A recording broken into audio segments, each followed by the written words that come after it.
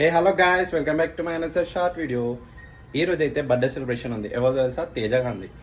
వాడైతే ఇంటి దగ్గర ఉండే. సో ఆఫ్టర్ 4 days తర్వాత మేము బర్త్డే సెలబ్రేషన్ ఈ రోజు చేస్తున్నాము.